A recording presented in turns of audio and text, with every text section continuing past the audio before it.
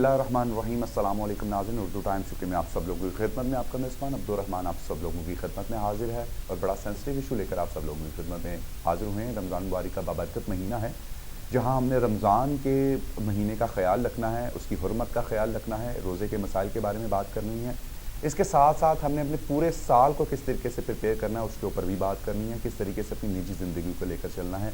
और निजी ज़िंदगी का एक ऐसा मामला जो बज़ाहिर तो हलाल है, लेकिन अल्लाह ताला अज़्ज़ा वजल और अल्लाह ताला अज़्ज़ा वजल के हबीब ने इसे बड़ा नापसंदीदा करार दिया है और इससे बचने का इस हलाल काम से भी बचने का हुक्म दिया गया है। और ये हलाल काम जो है ये है तलाक़ का मामला।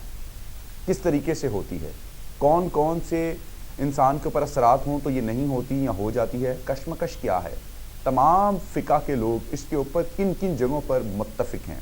आइए बात करते हैं। हमारे साथ मौजूद हैं आलिम दीन मुफ्ती अब्दुल कवी साहब। सब तलाक के मौजू के ऊपर बात करेंगे कि तलाक एक ऐसा लफ्ज़ है जो बज़ाहिर तो हलाल है, लेकिन इसका जो कहना है इसका वो बड़ा नापसंदीदा करार दिया गया है। लेकिन हम इसके मुख्तसर पहलुओं की तरफ आएंगे जो आजकल हमारे रोज़मर्रा की ज़िंदगी में चीज़ें चल रही हैं कि क्या अगर शोहर अपनी बीवी को सिर्फ ये कह दे कि तुम मेरी तरफ से फारिग हो तो क्या तलाक हो जाती है?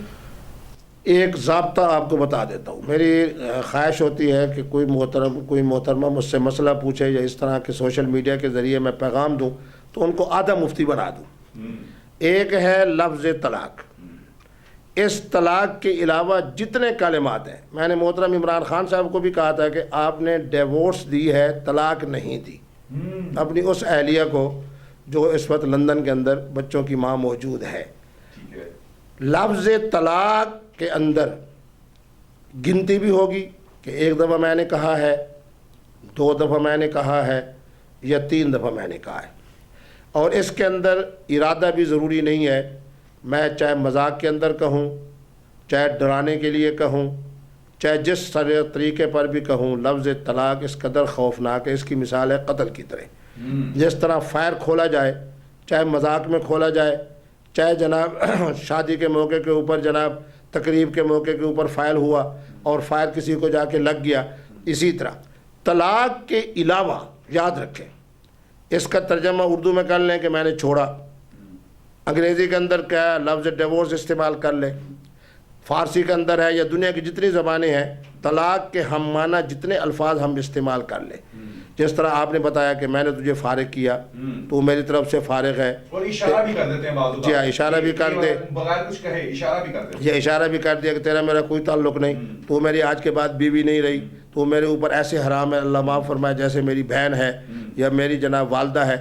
इस तरह के जितने कलिमात कहेगा उसमें अगर तो तलाक का इरादा है, ये इस्लाम ने बड़ी सहूलत पैदा की है। इरादा है, हाँ, यहाँ इरादा पूछा जाएगा। अगर वो कहता है मेरा कोई इरादा नहीं था, फिर भी तलाक नहीं होगी। ठीक है।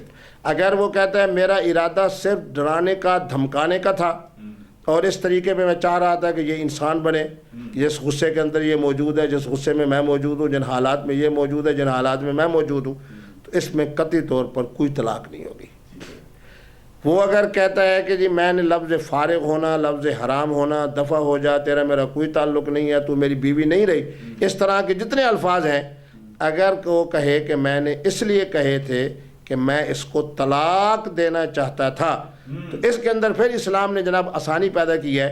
चाहे 2 दफ़ा कहे, चाहे 3 दफ़ा कहे या उससे ज़्यादा मरतबा कहे, 1 2 3 दफ़ा हराम कह दिया, 2 3 दफ़ा फारिग कह दिया, 2 3 दफ़ा इशारा करके कह दिया, दफ़ा हो जा, मेरी आंखों से दूर हो जा, तेरा मेरा कोई ताल्लुक़ नहीं है, तू आज के बाद मेरी बीवी नहीं है, जितने अल्फाज कहता जाता, चाहे 10 15 20 25, इसके अंदर इस्लाम ने ये इजाज़त दी है कि ये सिर्फ एक शुमार होगी।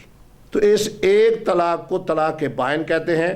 तो इस सूरत हाल के अंदर दोबारा निकाह करके मोहतरम और मोहतरमा अपने घर को आबाद कर सकते हैं, खा उसने 10 दफ़ा कहा है, चाहे उसने 20 दफ़ा कहा है। अच्छा मुफ्ती साहब, गुस्से की हालत में या नशे की हालत में भी ज़रा बता दीजिए, रोशनी डाल दीजिए कि बाज़ औक़ात हम अक्सर ये सुनते हैं कि गुस्से की हालत में तो आगे से हंस रहे होते हैं कि लोग तो तलाक होती गुस्से में, कभी वो खुशी में भी किसी को तलाक देता है, तो क्या गुस्से की हालत में भी तलाक हो जाती है? और नशे की हालत में?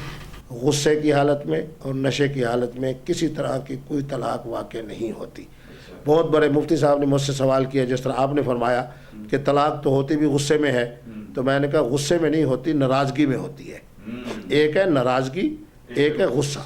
غصے کو جب ہم کہہ رہے ہیں کہ حرام ہے، اور میرے نبی رحمت فرما رہے ہیں کہ قلم بھی اٹھا دی جاتی ہے جو آدمی غصے کی حالت میں ہو، تو اس صورتحال کے اندر غصے میں قطعی طور پر کوئی طلاق واقع نہیں ہوتی۔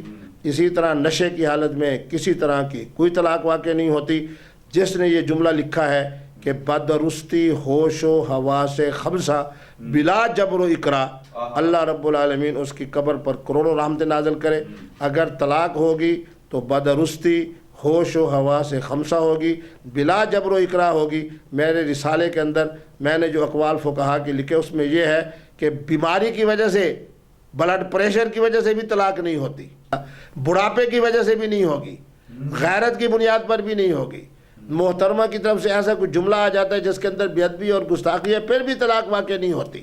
طلاق صرف اس صورت میں ہوگی، حدیث مبارک سنا دیتا ہوں تاکہ کوئی سننے والا یہ نہ کہے کہ مفتی صاحب بڑی آسانی پیدا کر رہے ہیں۔ میرے نبی رحمت نے فرمایا کل طلاق جائز، ہر طرح کی طلاق جو ہے وہ مؤثر ہے، الا طلاق المعتو والمغلوب علی عقلہ، جب عقل کے اوپر آ کے کسی طرح کی کوئی شاک پہنچے، میرے نبی رحمت فرما رہے ہیں کہ مغلوب العقل کی طلاق واقع نہیں ہوتی۔ میری دعا تو یہ ہے کہ جس محترم اور محترمہ کو اللہ نے نکاح کے بندھن میں جوڑا ہے، اللہ کرے وہ آخر تک جڑے رہیں۔